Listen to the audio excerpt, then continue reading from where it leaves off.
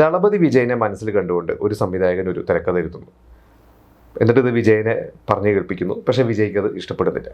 അങ്ങനെ അതൊരു പുതിയൊരു നായകനെ വെച്ച്, വെറും ഒരു സിനിമ മാത്രം ചെയ്ത ഒരു പുതിയൊരു നായകനെ വെച്ച് ആ സിനിമ ചെയ്ത് സൂപ്പർ ഹിറ്റ് ആകുന്നു.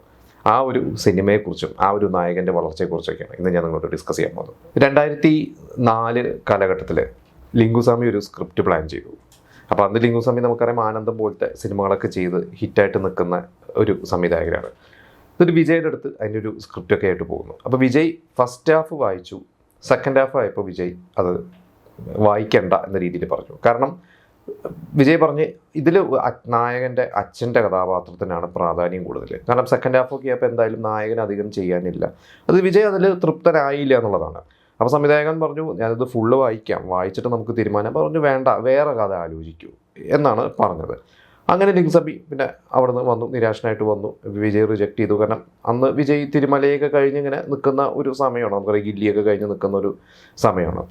ആ സമയത്ത് ആണ് വിശാൽ അന്ന് അഭിനയ രംഗത്തോട്ട് വന്നിട്ടുള്ളൂ. വിശാൽ നമുക്കറിയാം ഒരു സിനിമ കുടുംബമാണ്, അച്ഛനും ചേട്ടനും ഒക്കെ പ്രൊഡ്യൂസേഴ്സും ഡയറക്ടറും ഒക്കെയാണ്. അപ്പോൾ വിശാൽ ലിംഗുസ്വാമിയുടെ നേരെ ഓഫീസിൽ ചെന്നു. അതിൽ ഇങ്ങനെ ഒരു സംഭവം അറിഞ്ഞിട്ട് ചെന്നിട്ട് പറഞ്ഞു എനിക്ക് ആ കഥ ചെയ്യാൻ താല്പര്യം. കഥയൊന്നും വിശാലിന് വലിയ പിടിയില്ല. എനിക്ക് നിങ്ങളുടെ ഒരു സ്ക്രിപ്റ്റ് ഉണ്ടല്ലോ, ആ സ്ക്രിപ്റ്റ് എനിക്ക് ചെയ്യാൻ താല്പര്യമുണ്ടെന്ന് പറഞ്ഞു. അപ്പോൾ ലിംഗുസ്വാമി പറഞ്ഞു ഇത് ഞാൻ വിജയനെ മനസ്സിൽ കണ്ട് എഴുതിയതാണ്, വിജയ് പോലത്തെ ഒരു സൂപ്പർ സ്റ്റാർ ചെയ്യേണ്ടതാണ്, നീ ഒരു പുതുമുഖമാണ്. അന്നാണെങ്കിൽ വിശാലിൻ്റെ ആദ്യത്തെ സിനിമ ചെല്ലമ്മ എന്ന് പറഞ്ഞ ആദ്യത്തെ ആ സിനിമ റിലീസും ആയിട്ടില്ല. അപ്പോൾ വിശാൽ പറഞ്ഞു ഞാൻ ചെയ്യാം, അത് നിങ്ങൾ ആദ്യം ഇപ്പോൾ എൻ്റെ സിനിമ ഒരു 10 ദിവസത്തിനുള്ളിൽ റിലീസാവും. എൻ്റെ സിനിമ റിലീസായ ശേഷം നിങ്ങൾ എൻ്റെ സിനിമ കാണും, പിന്നെ ഞാൻ ഈ സിനിമയ്ക്ക് വേണ്ടിയുള്ള ഒരു എഫേർട്ട് എന്താണെന്ന് വെച്ചാൽ ഞാൻ എടുക്കാം. അങ്ങനെ പറഞ്ഞ ചെല്ലമ്മ എന്ന് പറഞ്ഞ സിനിമ റിലീസായി, ആ സിനിമ ഹിറ്റായി. അത് കഴിഞ്ഞ് വിശാൽ ഒന്ന് ശ്രദ്ധിക്കപ്പെട്ടു. അപ്പോൾ വിശാൽ ഒരു സ്റ്റാർ ഒന്നുമല്ല, കാരണം ഒരു സിനിമ കഴിഞ്ഞിട്ടുള്ളൂ. ഇത് കഴിഞ്ഞ് വിശാൽ ഈ പറഞ്ഞ പോലെ ലിംഗസ്വാമിയുടെ അടുത്ത് പോയിട്ട് പറഞ്ഞു ഞാനിത് ചെയ്യാം, എനിക്കിത് ചെയ്യണം, ഞാനതിന് വേണ്ട എഫേർട്ടുകളൊക്കെ ഇപ്പം നിങ്ങൾക്ക് ഞാൻ എൻ്റെ സിനിമ കണ്ടല്ലോ, നിങ്ങൾക്ക് ഇപ്പം ഞാൻ ആരാന്നുള്ളത് മനസ്സിലല്ല, എൻ്റെ കഴിവ് നിങ്ങൾക്ക് മനസ്സിലായെന്ന് പറഞ്ഞു. വിശാലിൻ്റെ ഒരു താല്പര്യത്തോടു കൂടിയാണ് ലിംഗസ്വാമിനെ വിശാൽ എന്ന് പറയാം പ്രഷർ ചെലുത്തിയെന്ന് തന്നെ പറയാം. അങ്ങനെ വിശാൽ പിന്നെ ഇതിനു വേണ്ടി സെപ്പറേറ്റ് ആക്ടിങ് എന്തോ ചെറിയൊരു കോഴ്സിനൊക്കെ പോയി, പിന്നെ കുറേ ഇതിനു വേണ്ടി ഫൈറ്റ് പിടിച്ചു. അങ്ങനെ കുറേ കാര്യങ്ങളൊക്കെ വിശാൽ ഒരു എഫേർട്ട് ഇട്ടിട്ടാണ് ആ ഒരു സിനിമ വിശാൽ നായകനായിട്ട് ഓണായത്.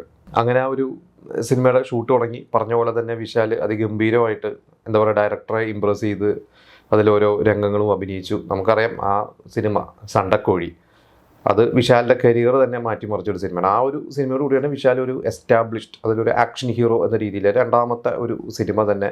അതോടുകൂടി അതിൽ നമുക്കറിയാം രാജ് കിരണാണ് അച്ഛൻ റോൾ ചെയ്തത്. രാജ് കിരണിൻ്റെ ഒരു ഗംഭീര ക്യാരക്ടർ തന്നെയായിരുന്നു. രാജ് കിരൺ നമുക്കറിയാം കരിയറിൽ അധികം സിനിമകളൊന്നും ചെയ്തിട്ടില്ല. അദ്ദേഹം വളരെ എനിക്ക് തോന്നുന്നു ഒരു 30 സിനിമയോ അങ്ങനെ എന്തോ അദ്ദേഹത്തിൻ്റെ ലൈഫിൽ തന്നെ അധികം ചെയ്തിട്ടുള്ളൂ. അദ്ദേഹത്തെക്കുറിച്ചൊരു ഒരുപാട് നമുക്ക് പറയാനുണ്ട്. അദ്ദേഹം ഒരു പ്രൊഡ്യൂസറായിട്ട് വന്നു, പിന്നെ അതായത് അദ്ദേഹം പ്രൊഡ്യൂസ് ചെയ്ത സിനിമകൾ അദ്ദേഹം നായകനാവുന്നു. അങ്ങനെ കുറേ ഉണ്ട് അദ്ദേഹത്തെക്കുറിച്ച് തന്നെ പറയാൻ. അതായത് 1 കോടി രൂപ റെമ്യൂണറേഷൻ ആദ്യകാലത്ത് അന്ന് രജനീകാന്തിനോളം തുല്യമായിട്ട് മേടിച്ചിരുന്നു. അത് രജനീകാന്തിന് മുമ്പ് 1 കോടി വാങ്ങുകയോ അത് പ്രോഫിറ്റ് ഷെയർ ഉൾപ്പെടെ വാങ്ങുക, അങ്ങനെ എന്തോ ഒരുപാട് ഹിസ്റ്ററി ഉണ്ട് അദ്ദേഹത്തിൻ്റെ. അത് നമുക്കൊരു വേറെ എപ്പിസോഡ് ചെയ്യാം. അപ്പോൾ പറഞ്ഞു വന്ന രാജ് കിരൺ എന്ന് പറഞ്ഞ നടന് ഭയങ്കര ഗുണം ചെയ്തു. യുവൻ ശങ്കർ രാജയുടെ മ്യൂസിക്, അതിൽ പാട്ടുകളൊക്കെ ഇപ്പോഴും നല്ല നമ്മളിപ്പോഴും കേൾക്കാറുള്ള പാട്ടുകളാണ്. മീര ജാസ്മിൻ്റെ നായിക വേഷം.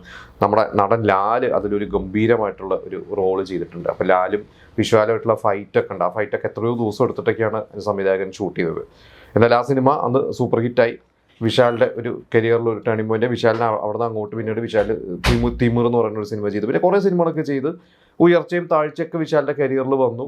അത് കഴിഞ്ഞ് പിന്നെ സണ്ടക്കോഴി 2 എന്ന് പറയുന്നൊരു സിനിമ, അത് കുറച്ച് കാലം മുമ്പ് 2017-ലോ 2018-ലോ ആണ് ചെയ്തത്. ലിംഗുസ്വാമി തന്നെ ചെയ്ത്. അത് വെച്ചാൽ അത് പരാജയമായിരുന്നു. കീർത്തി സുരേഷായിരുന്നു അതിൻ്റെ നായികയായിട്ട് വന്നത്. പക്ഷേ ആ സിനിമ അത്ര ശ്രദ്ധിക്കപ്പെട്ടില്ല. അപ്പോൾ എന്തായാലും വിജയ് ഈ സിനിമ ഇറങ്ങിയ ശേഷം ഈ സിനിമ കണ്ട് പോയി സംവിധായകന് കൈ കൊടുത്തു. എന്നിട്ട് പറഞ്ഞു ഗംഭീരമായിട്ടുണ്ട്, ഇത് ഞാൻ ചെയ്യേണ്ടതല്ല, ഇത് വിശാലായതുകൊണ്ട് തന്നെയാണ് അതിന് ആ ഒരു എഫക്റ്റ് വന്നത്. കാരണം അത് ശരിയാണ്. കാരണം വിജയ് ആയിരുന്നെങ്കിൽ വിജയ്ക്കാണ് വിജയുടെ ഫാൻസിന് എന്താണ് വേണ്ടത്. എവിടെ ആ സ്ക്രിപ്റ്റിൽ വിജയ് എപ്പോഴും സ്ക്രിപ്റ്റിൽ ഷൂട്ട് തുടങ്ങുന്നതിന് മുമ്പ് സ്ക്രിപ്റ്റിലെല്ലാം കറക്ഷൻസ് പറയാറുണ്ട്. ഷൂട്ട് തുടങ്ങിയാൽ പിന്നെ വിജയ് വളരെ ഡീസൻ്റ് ആണ്, കൈ കടത്തില്ല എന്നാണ് വിജയ് കുറിച്ച് പൊതുവെയുള്ള അഭിപ്രായം. അത് കറക്റ്റ് തന്നെയായിരുന്നു. കാരണം ഈ സിനിമ വിജയ്ക്ക് പറ്റിയൊരു സിനിമയല്ലായിരുന്നു. അത് വിശാലിനെ പോലെ പുതുമുഖം വന്നുകൊണ്ട് ഒരു ഇമേജ് ഇല്ലാത്തൊരു നടൻ വന്നുകൊണ്ട് ഒരു ഫ്രഷ്നസ് വന്നു. ആ ഒരു സിനിമ സൂപ്പർ ഹിറ്റായി. എന്തായാലും ഈ പറഞ്ഞ സണ്ടക്കോഴി എന്ന് പറഞ്ഞ സിനിമ നിങ്ങൾ കണ്ടിട്ടുണ്ടോ? നിങ്ങൾ കണ്ടിട്ടുണ്ടെങ്കിൽ ആ ഒരു സിനിമയിലെ ഫൈറ്റ് സീക്വൻസുകളെ കുറിച്ചും അതിലെ പാട്ടുകളെ കുറിച്ചൊക്കെ നിങ്ങൾക്ക് ഇഷ്ടപ്പെട്ട കാര്യങ്ങളൊക്കെ നമുക്ക് കമൻറ്റ് ചെയ്യാം.